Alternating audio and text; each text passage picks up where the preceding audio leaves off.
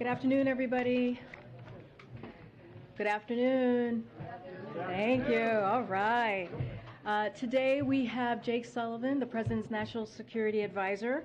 Jake is here to preview the President's upcoming trip to the Middle East, where he will build on a new and more promising chapter of America's engagement in the region.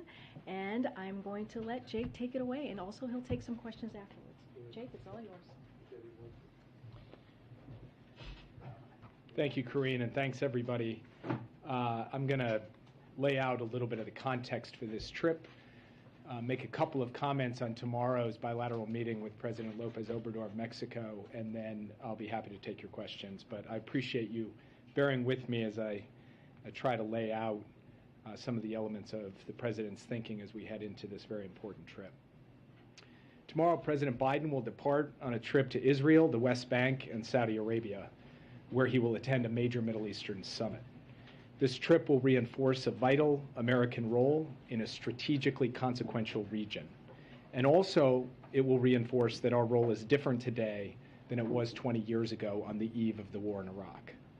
This trip comes after a series of engagements with Indo-Pacific leaders in May, with Latin American leaders at the Summit of the Americas in early June, and with European leaders at the G7 and NATO summits in late June.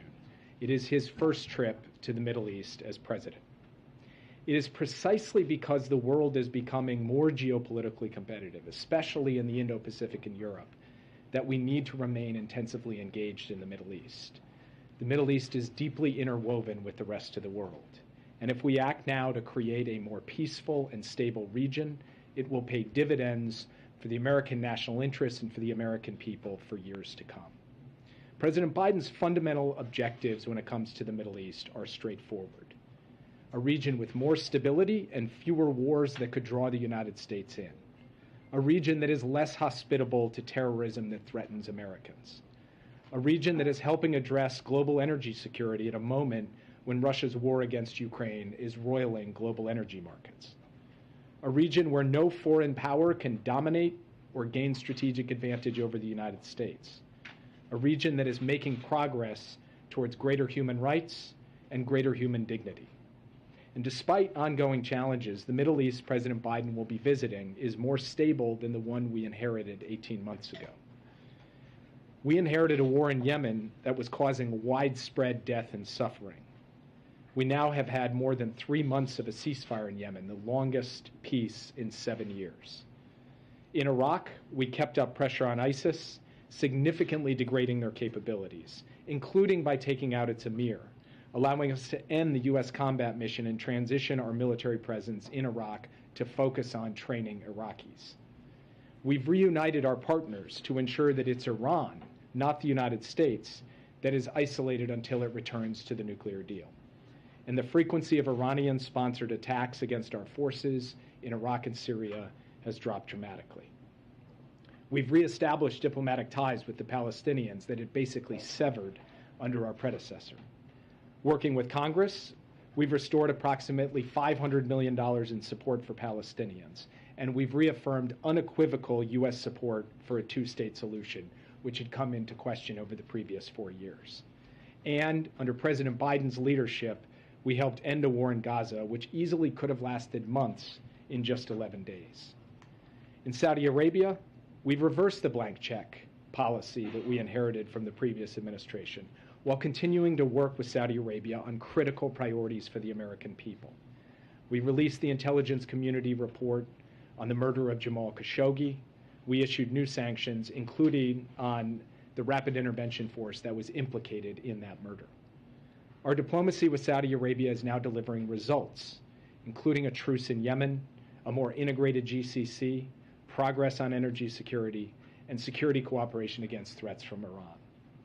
Our partnership with Israel is strong across the board. We passed the largest support package in Israel with the help of Congress, over $4 billion in American history. We're working closely across every dimension of the relationship, from finance and food security, to cyber and emerging technology, to intelligence and security cooperation. And President Biden's deep personal commitment to the U.S.-Israel relationship and to the relationship between Israelis and Americans will be on full display this week.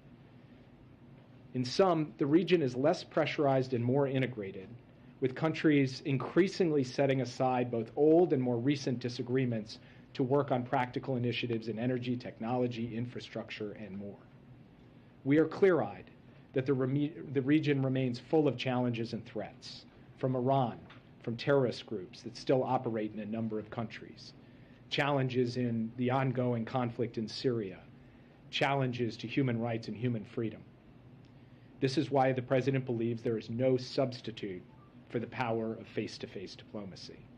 In meetings on this trip, President Biden will seek to sustain and strengthen the fragile but real ceasefire in Yemen, deepen Israel's integration into the region, provide material support to the Palestinian people while protecting the vision of a two-state solution, coordinate on the multifaceted threat posed by Iran, advance energy and food security objectives for the U.S. and our allies in the face of Russia's aggression in Ukraine, while promoting a clean energy transition over time. Enlisting support from Middle Eastern partners for significant initiatives in technology and infrastructure, and publicly and privately advocating for universal values, including progress on human rights and political reform. In Israel, the President will meet with the Prime Minister, the President, the leader of the opposition, as well as attend a reception with a number of other key Israeli leaders and public figures. He will also have the opportunity to receive a briefing on Israel's missile defense capabilities, including the U.S.-supported Iron Dome and a new laser-enabled system called Iron Beam. He will pay his respects at Yad Vashem, and he will hold a four-way virtual summit with the leaders of Israel, the UAE, and India with a focus on food security. President Biden will also meet with President Abbas and attend a health event with Palestinian civil society. In Saudi Arabia, the President will meet with the Saudi leadership with an aim to strengthen our partnership and also hold bilateral meetings with a number of other Middle Eastern leaders before closing the trip with the summit with the GCC+3. At that summit, he will make a major statement on the Biden administration strategy, his vision for the Middle East region. There will be other engagements in a crowded and fast-paced schedule, and we will share them with you in due course. In fact, before we even leave, tomorrow morning, President Biden will meet with President Lopez Obrador here at the White House, the second time the two leaders will meet here, to build on the significant progress made at the Summit of the Americas, where Mexico expressed support for the Americas Partnership for Economic Prosperity and joined 20 other countries in adopting the Los Angeles Declaration on Migration and Protection. We expect the two leaders to discuss their common vision for North America and common efforts to address global challenges, including Russia's war in Ukraine. So thank you for your patience, and I would now be happy to take your questions. Yeah.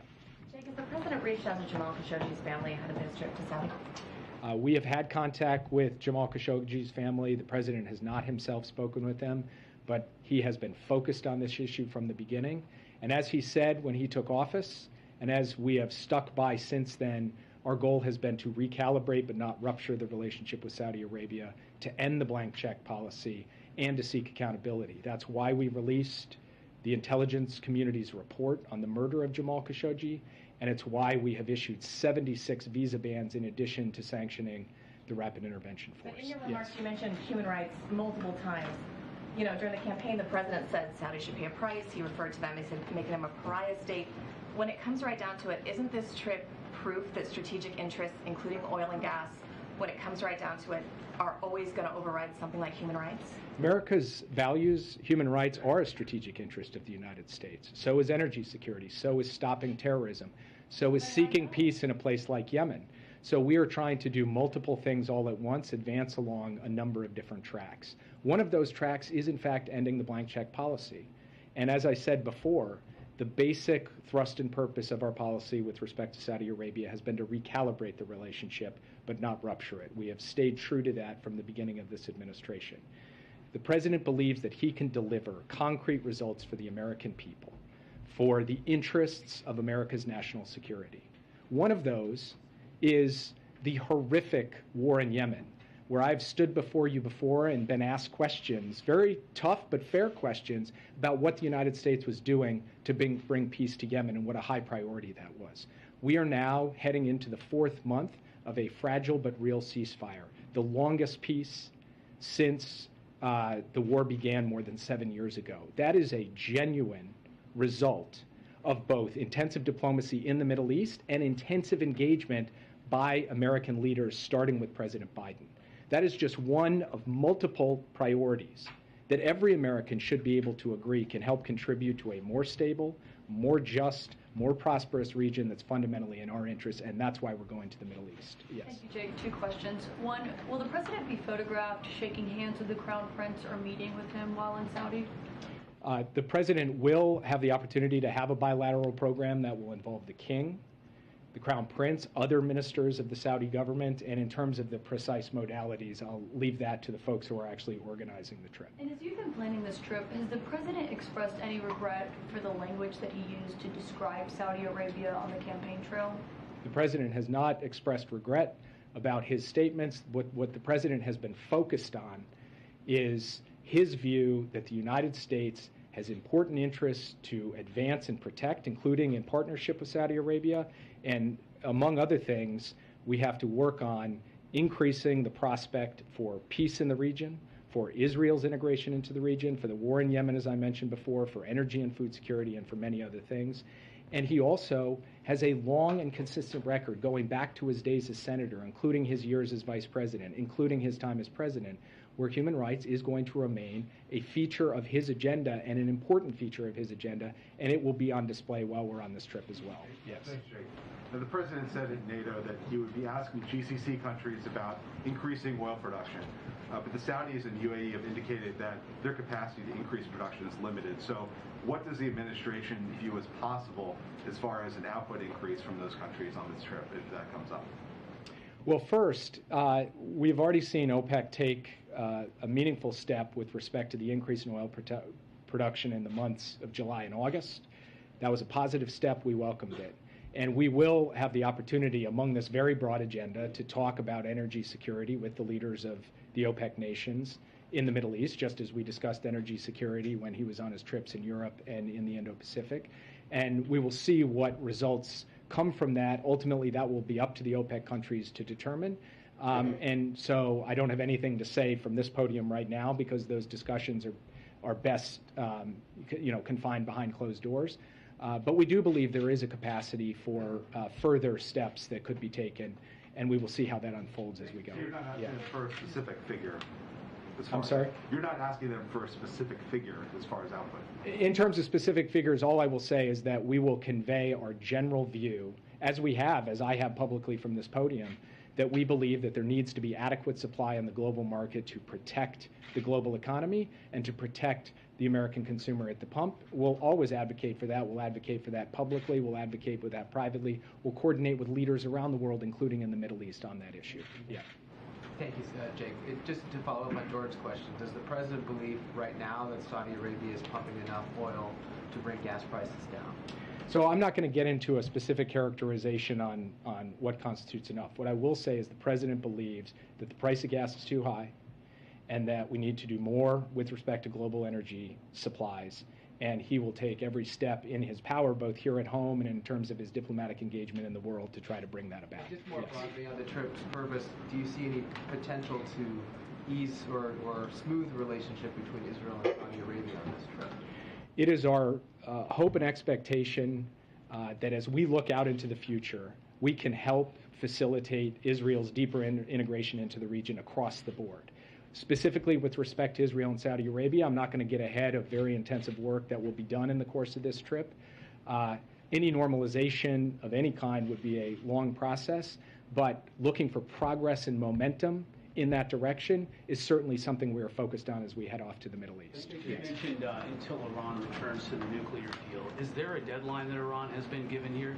We have not marked a date on the calendar. We have indicated that we believe there is a deal on the table. It is a deal that we're backing, that our European partners are backing, that is available to Iran, and Iran should step forward and take that deal. If they don't, we're not standing still. Even as we speak, we've already introduced 2 rounds of sanctions to crack down on their effort to evade the existing sanctions regime. We are curbing their ability to smuggle oil, for example, through the Quds Force and other entities within Iran, and we'll keep doing that. So as far as we're concerned, Iran has a choice. It can either come back on a compliance for compliance basis to the JCPOA, or it will face increasing pressure from the United States and increasing isolation from the international community, to include a resolution at the IAEA Board of Governors that garnered the support of more than 30 nations. Or other Plan B options part of this Jake, week's can you negotiations? confirm any of the details about, you spoke about Israel's greater integration into the region. We certainly have heard reports about the idea that there's some sort of negotiations that would allow Israel commercial flights to fly over Saudi Arabia. Is that something that you could confirm for us? I've got nothing to confirm or preview here. What I will say is that this broad topic of Israel's integration into the region and steps that we can take in that direction will be a feature of this trip, and I will leave the rest of it to the President as he embarks on his engagements both in Israel and in Saudi Arabia. I will point out that the fact that the President himself will be flying from Israel to Jeddah is itself a meaningful step and an unusual step, and it shows the kind of promise that greater integration could hold. But in terms of the specific kinds of steps you've talked about, I would simply say nothing from the podium today, and let's see how things develop over the course of this week. Can you talk about the importance of personal diplomacy as part of the reason for going? There are risks for the president politically to go to Saudi Arabia with an expectation among the public that maybe there will be a specific deliverable when it comes to gas prices and so forth and supply. What is the burden on the president to come home with something in that category? Well, it's up to you to characterize things like burdens on the president. What I can say is what the president intends to do. He intends to use every tool in his toolbox to try to create adequate global energy supplies and to bring the price of gas down for American working families at the pump. And that will be measured over time. Can we get that price down and can we keep it down? And I don't think it's going to be measured on Friday or Saturday of this week. I think it will be measured over the weeks and months to come. And there we will sustain intensive engagement in our effort to ensure that at the end of the day, we're having a positive impact on the price of oil and thereby a positive impact on the price of gas. And I think the president sees this as an important component of his engagement, not just in the Middle East, but in his previous summits as well, and as one component of a broader agenda that includes peace, security, technology, preventing a nuclear Iran, and so much else that I've described today. Yeah. Jake, thanks for this. Is the administration considering lifting its ban on offensive weapon sales to Saudi Arabia, dependent on progress that the country makes with its war, ending its war with Yemen? So you may recall that when this administration came in, we imposed restrictions on the supply of offensive weapons as part of our effort to help bring about an end to the war in Yemen. And right now, there's nothing on the table to lift that ban. Right now, we're focused on strengthening and sustaining what is a fragile but real ceasefire, not make any fundamental changes to our weapons policy. Secondly, if I may, former Governor Bill Richardson is planning to travel to Russia for talks aimed at finding a deal that would free Brittany Griner. Is this something that the White House is aware of? Have you had talks with Richardson about the trip? We have had communication from the National Security Council to former Governor Richardson. I won't comment on his travel or what he intends to do. What I will say is that President Biden is laser focused on a government-to-government solution to this issue.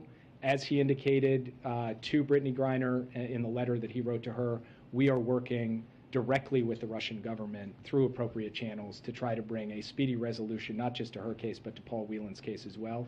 And we will continue to work until those two unjustly detained Americans and all unjustly detained Americans and hostages are home safely. Yeah. Does the president plan to directly bring up the murder of Jamal Khashoggi in his meeting with that will include the crown prince? So I'm not going to characterize what the president will say privately in those sessions. I'll let the president do that. Have the opportunity to have his engagement on human rights related issues and other issues. And then, of course, you'll have the opportunity to ask him about that after the trip occurs. Yes. Is Ukraine losing the war now, Jake? Is Ukraine losing the war? Sorry, I'll come back to you on that question, but I think just so that I'm keeping regular order and not letting people just shout, we'll come. But before we end the briefing, I'll come to you. Yeah. Thanks, Jake. As the president goes to the Middle East, simultaneously, U.S. senators should be briefed on the importance, national security-wise, of investing in semiconductor production in the U.S. If we don't pass that, what does that say to Israel and Saudi Arabia and other allies? What are the risks that we're inviting, and does it set the president's agenda in the Middle East back? The national security stakes for passing this Bipartisan Innovation Act, what's called USICA in the Senate and competes in the House, are very high. America's technological edge, our innovation edge, our capacity to invest in the next generation of leading technologies, the next generation of leading weapons, is bound up in our ability to ensure that we have a secure and reliant, resilient supply chain for semiconductors. And that means getting the kinds of incentives and structures in place to increase semiconductor manufacturing, including the most sophisticated chips, here in the United States. That's why there's bipartisan support for this bill. That's why Democrats and Republicans have both rallied around the notion that for us to compete effectively with China, for us to be able to get the javelins to Ukraine that we need to get to them, there are more than 20 semiconductors in every single javelin, we need this bill. And it has been disappointing to us that Leader McConnell has been playing politics with national security. There are both Republicans and Democrats who are willing to step up and pass this, and we believe it should happen Should the House fast. just pass the Senate bill and get it over with? There is a conference ongoing, and there is a pathway, in our view, to a bill that a strong bipartisan majority of both the House and the Senate can get behind, that can be signed into law by President Biden, and that he can begin to execute in a way that enhances America's national security, not to mention our economic competitiveness at the same time. Yeah. So Secretary of State Tony Blinken was in Tokyo. He said he wrote a letter from the president to the former Prime Minister Shinzo Abe's family. So can you talk about the letter? What is the message from the president to the former Prime Minister Shinzo Abe's family? So the letter that he wrote was a private message, so it wouldn't be appropriate for me to read it out. I will say that President Biden put out a very heartfelt statement that expressed his sympathies to the people of Japan, his deep sympathies and his heartfelt, emotional connection for the loss of a family member to former Prime Minister Abe's family. And for him, that came from the heart. And he went over to the Japanese embassy and signed the guest book. And I went with him. And actually, he sat at that table and wrote a message for several minutes, a very long message to the Japanese people in that book, in addition to the private letter that he handed to the ambassador to be taken back to Tokyo. So this is something that the president cares about as a statesman, as American president. It's also something that he cares about deeply as a human being, on behalf of the Prime Minister, the former Prime Minister's family, but especially on behalf of all of the people of Japan in their time of mourning. Because Tokyo sometime soon, you don't know if there's a public or state funeral or yet, but it's possible for the president to go to Tokyo sometime soon. I don't have anything to announce about any travel to Tokyo in the near term, but if we do have anything to share in terms of the American delegation, if there is a state funeral, we'll let you know. Just coming back to the question, James, that you asked earlier on Ukraine, Russia has already substantially failed to achieve its strategic objectives in Ukraine. Its strategic objective was to take Kyiv, the capital, to end Ukraine as a country, to eliminate Ukrainian identity from the map, and to subsume Ukraine to within Russia. They have failed at that. Kyiv stands, Kharkiv stands, Odessa stands. The major cities of Ukraine across much of the country are in Ukrainian hands and are being ably and bravely defended by the Ukrainian military with the support of the United States and other NATO allies, as well as countries around the world. So when you take a step back and look at the trajectory of this conflict, what Vladimir Putin set out to do, he has failed to do, and he will continue to fail in his ability to achieve his ultimate objectives because of the bravery of the Ukrainian people. Now, it is certainly the case that Russia has been able to grind out kilometer by kilometer, inch by inch, some territory in the east, and the Ukrainians have made Russia pay a dear price for that, and the sanctions have made Russia pay a dear price for that. And we will continue to work with the Ukrainian military and the Ukrainian government on a strategy that ultimately achieves their objectives, both on the battlefield and at the negotiating table. And as President Biden said when we were at the NATO summit just 10 days ago, we will do that for as long as it takes. Do you still assess, Jake, that President Putin is receiving a sanitized or otherwise inaccurate fact set from his own advisors about the state of what's going on the ground in Ukraine? I don't have an update for you standing here today on our intelligence assessment on Vladimir Putin's consumption of information, but we'll try to get that to you. Yeah. Thank you so much, Jake. So today, Brazil's President Bolsonaro said that a deal with Russia is close to buy much cheaper oil from Moscow, and other countries from the BRICS are doing the same. So does this undermine the Western sanctions, the White House effort to impose costs at Russia?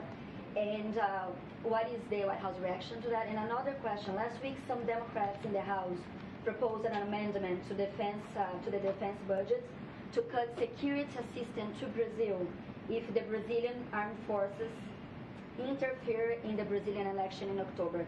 Does the White House support such an amendment? I have not actually seen that amendment, so I'd have to take a look at it before commenting on it. With respect to the question about the purchase of oil, you will have seen at the G7 leaders discussed imposing a price cap on Russian oil in order to have it be transferred on ships carrying Western insurance.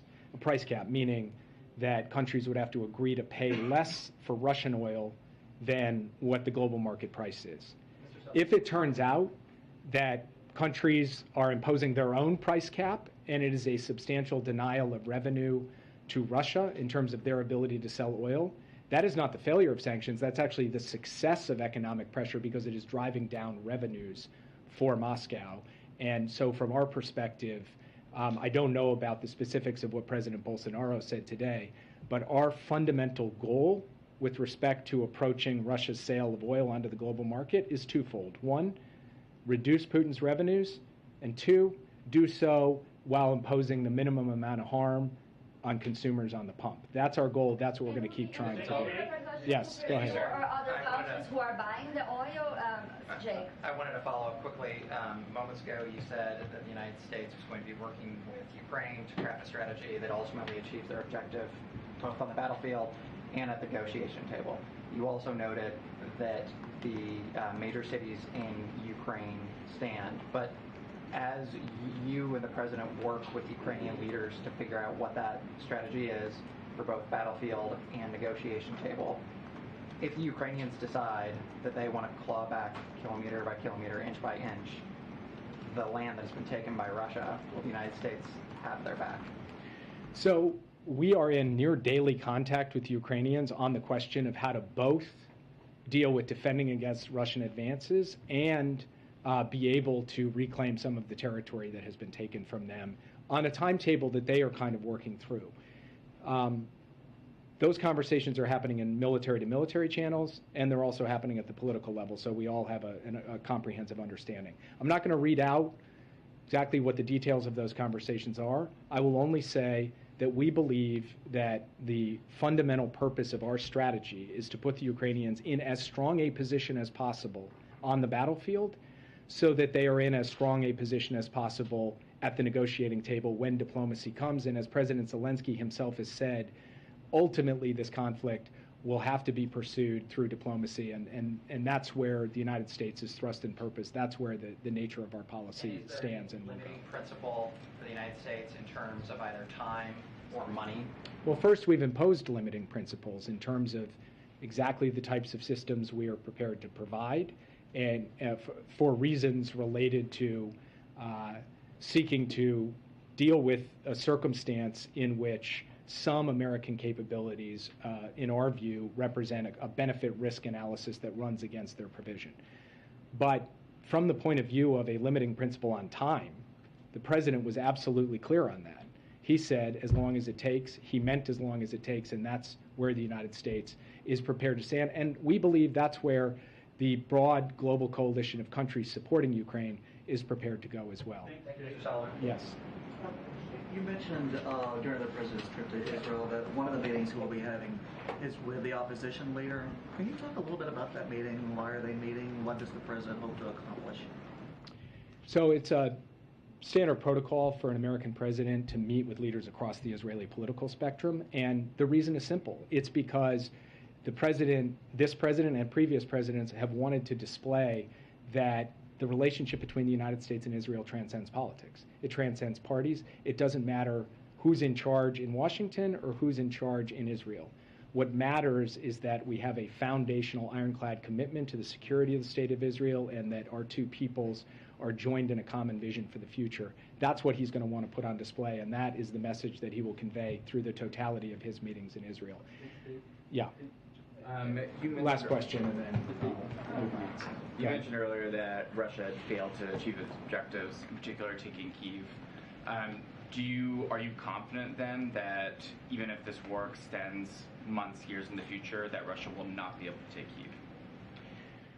So we do have confidence that the bravery of the Ukrainians and the support of the West to Ukraine will enable Ukraine to effectively defend and sustain its capital. And I would also point out, when I talked about the severe costs that Russia has had to endure on the battlefield as it tries to grind out territory in the east, this is coming at a cost to the sustainment of its own weapons. And I'll just give you one example before I leave, which is an example that I think is pretty newsworthy and noteworthy. And that is that our information indicates that the Iranian government is preparing to provide Russia with up to several hundred UAVs, including weapons-capable UAVs, on an expedited timeline.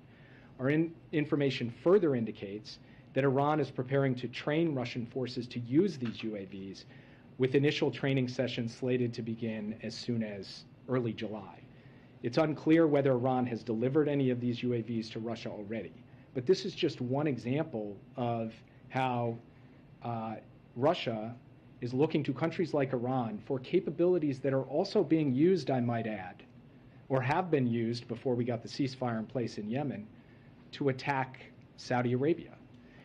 So from our perspective, we will continue to do our part to help sustain the effective defense of Ukraine and to help the Ukrainians show that the Russian effort to try to wipe Ukraine off the map cannot succeed. And I'll leave you guys. Thanks, guys. Thanks, Jake. Thank you. Okay. I have a few things at the top.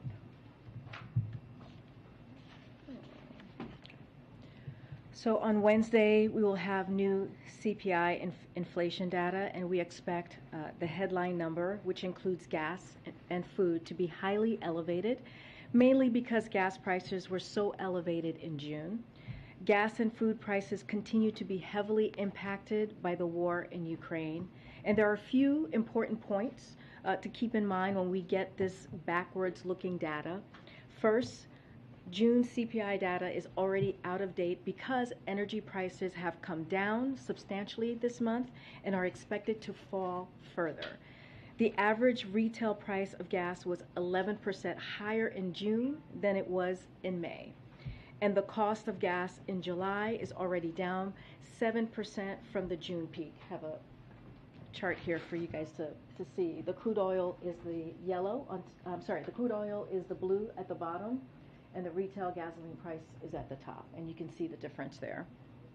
I would also note that even though gas prices shot up quickly when oil prices rose, they have not come down as quickly as oil has. We continue to call on oil and gas companies to pass on their lower costs to consumers. American families should not be the first to pay and the last to benefit. The president's #1 economic priority is tackling inflation, and looking ahead, there are a number of reasons why we expect those high prices to ease over the coming months. Saturday marked the 1-year anniversary of President Biden's executive order to promote competition across the American economy. This EO prompted a government-wide effort to help lower prices, raise wages, and encourage innovation. And 1 year in, we're extraordinarily proud of the progress we've made. Just a few examples on this is the Department of Justice and the Federal Trade Commission have already scored big wins for Americans. They have locked mega mergers in the insurance and sugar industries and stopped a defense contractor mega merger that would have cost taxpayers billions of dollars. In just a few months, Americans with hearing loss will be able to buy hearing aids over the counter at a drugstore instead of requiring a prescription, which could save them thousands of dollars. And the Department of Agriculture is cracking down on the meat processing industry and supporting new competitors so farmer and ranchers get a fair price.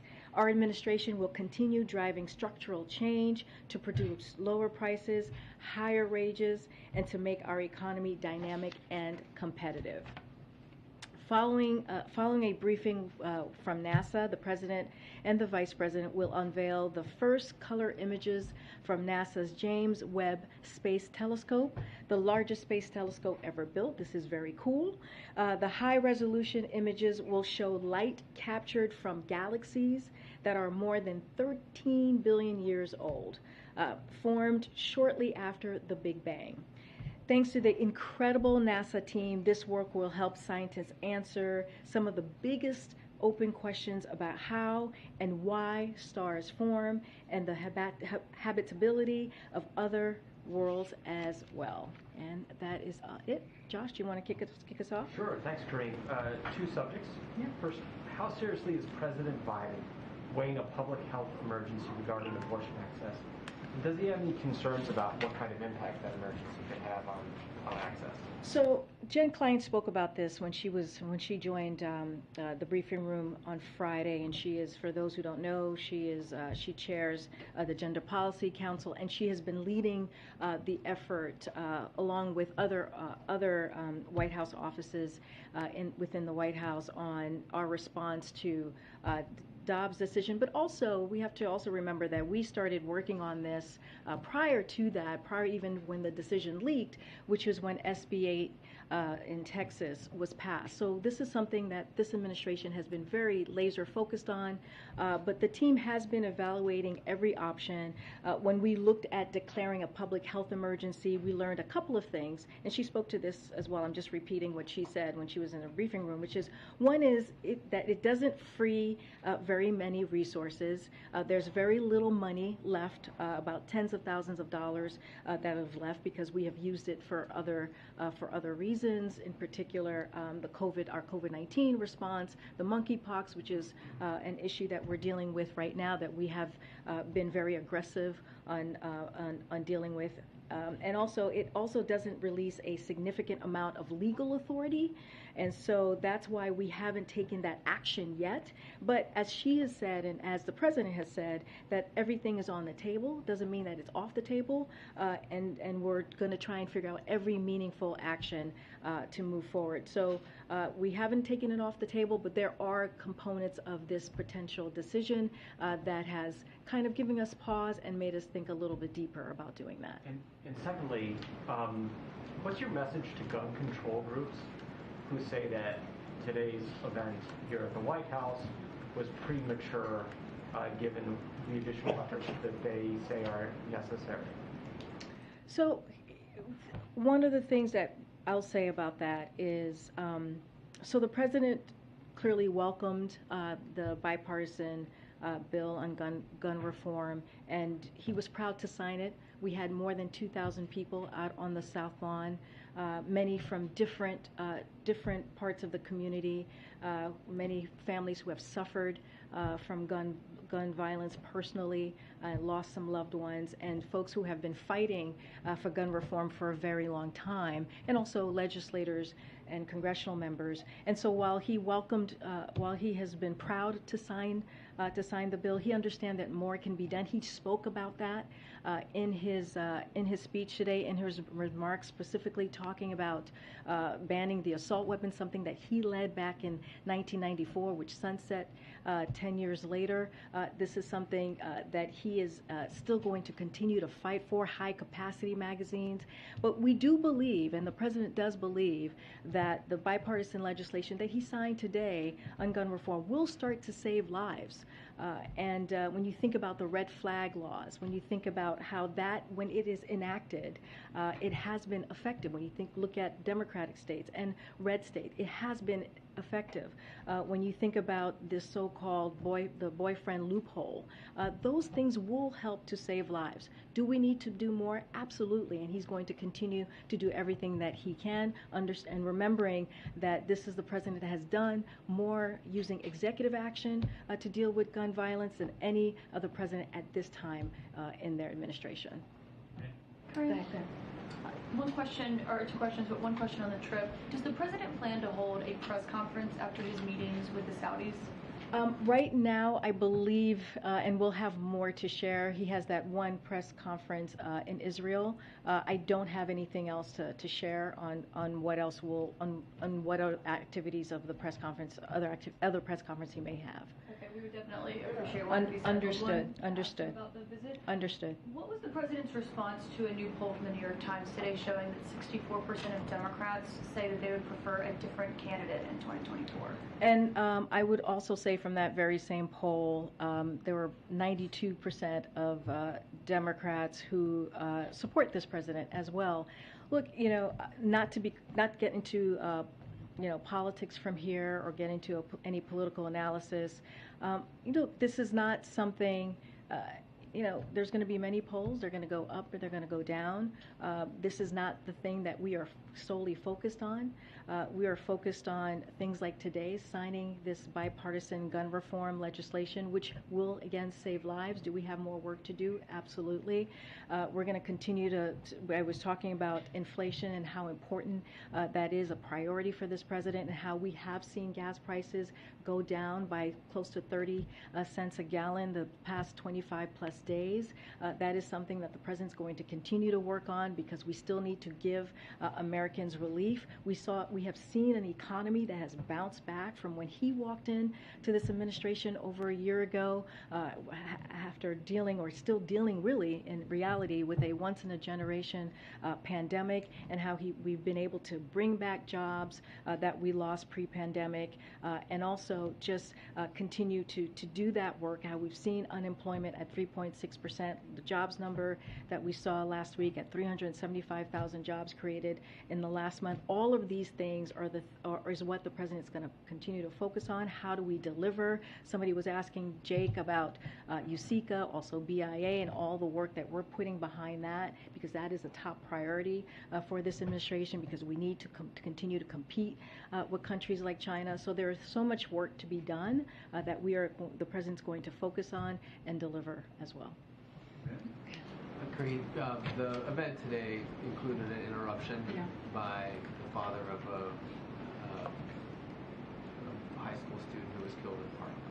The president first told him to sit down and listen, and then encouraged him to continue speaking. I'm just wondering what your reaction is and what his feeling was about that incident today. Well, look, our hearts go out to Manuel Oliver, who has suffered a deep, deep loss. The president met with him earlier today before the event, and as you know, the president understands what loss feels like, and the president agrees with him. He agrees that we need to do more.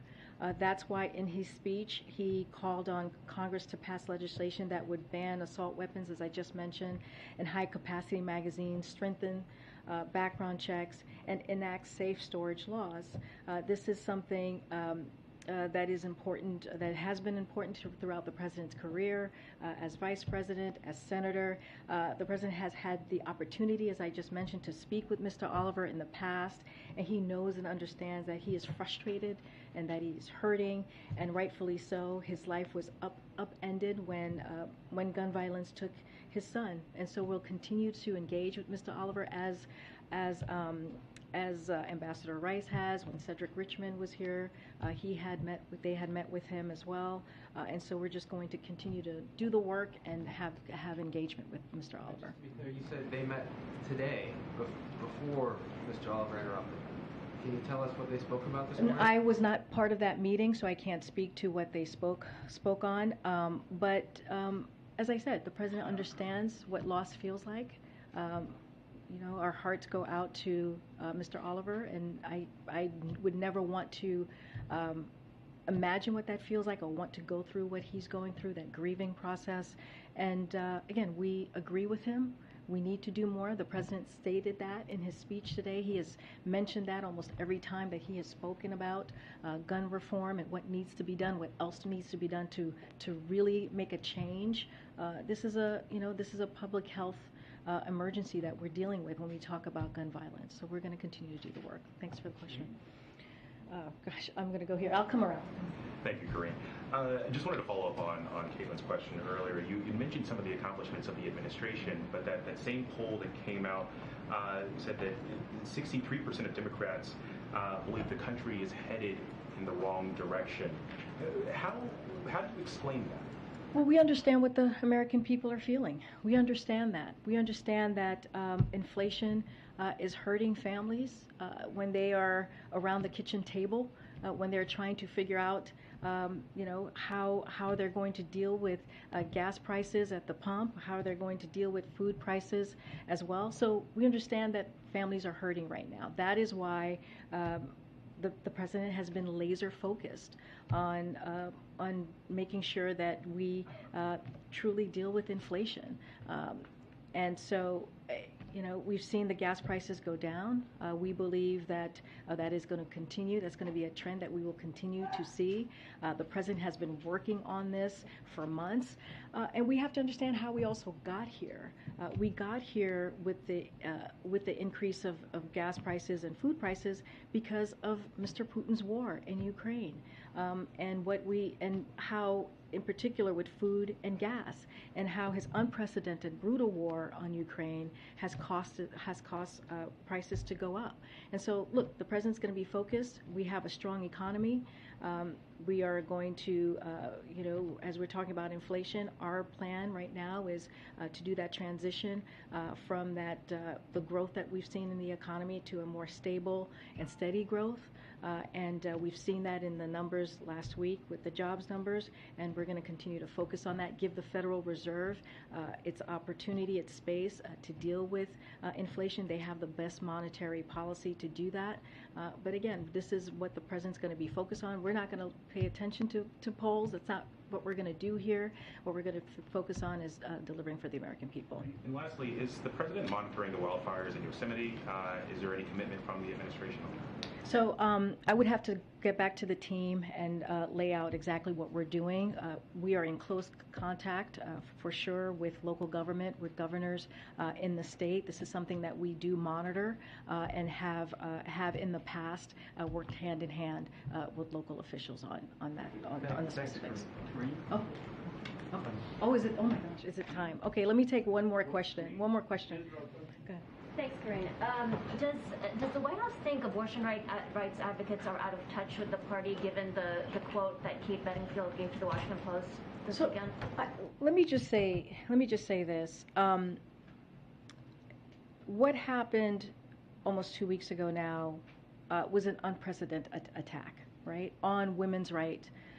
It was an unprecedented attack on our freedoms, and the president has worked for. Not just, as I mentioned, not just since the leaked documents, but since we have seen the SB 8 in Texas, to make sure that his administration is doing everything that they can to deliver on this issue and making sure that we protect women's rights. And that's what Kate was saying. She was trying to make sure that we laid out and continue to speak about what the bold step that the president took.